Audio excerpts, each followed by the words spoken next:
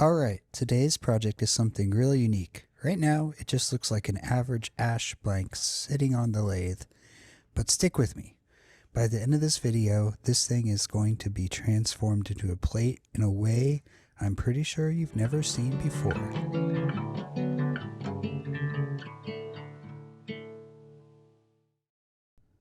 While I start shaping the blank, getting it prepped for the laser, let's talk about one of the ideas I'm working into this piece, the golden ratio.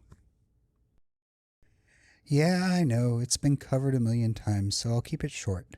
Basically, if you take two measurements, A and B, and A plus B divided by A equals A divided by B, that's the golden ratio, which is also known as phi, that Greek letter you see on the screen there. But why does this matter when I'm spinning a chunk of wood?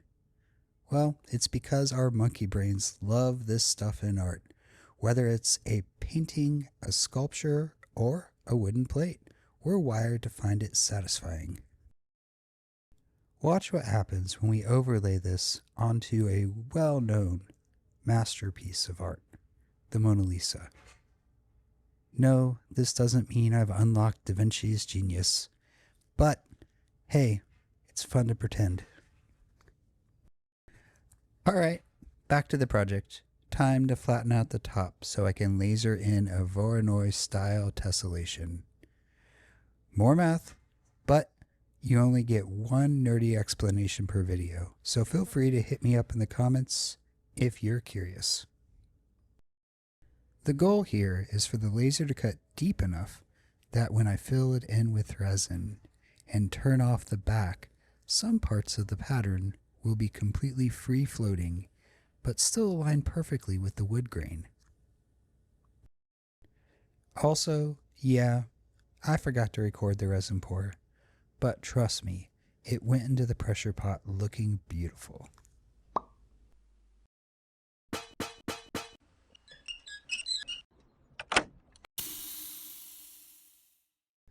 After curing, the resin surface wasn't perfectly level, but nothing a bit of turning can't fix.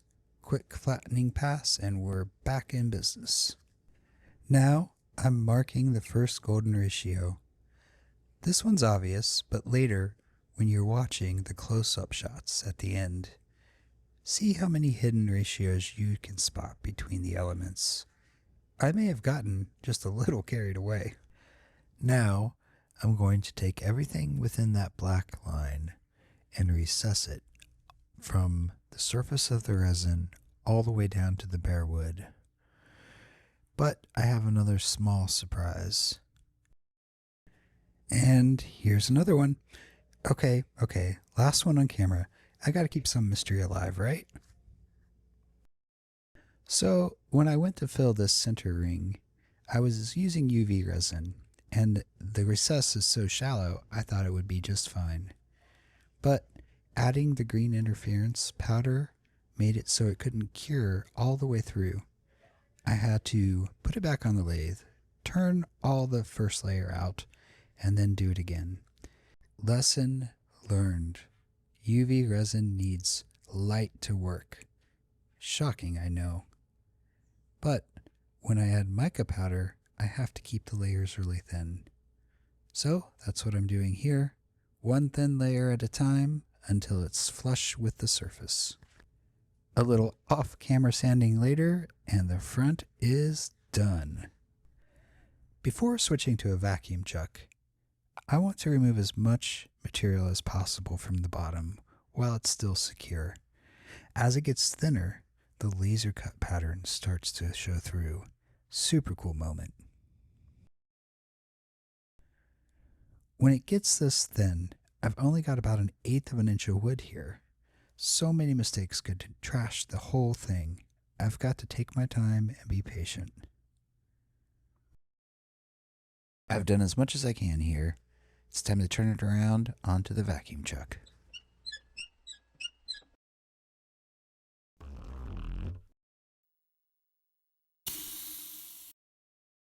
Wow.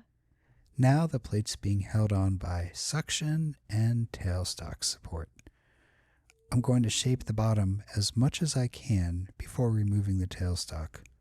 Once it's off, it's just the power of the vacuum and hope holding everything together. The bottom is done. We have a recess ready for my maker's mark, and we're on to the home stretch. While you watch me put the finishing touches on here, remember back to my challenge earlier in the video. When I show you the final close-ups, how many golden ratios can you find? Drop a guess in the comments. Thanks so much for watching. This was a super fun video to make, and I hope you enjoyed coming along for the ride.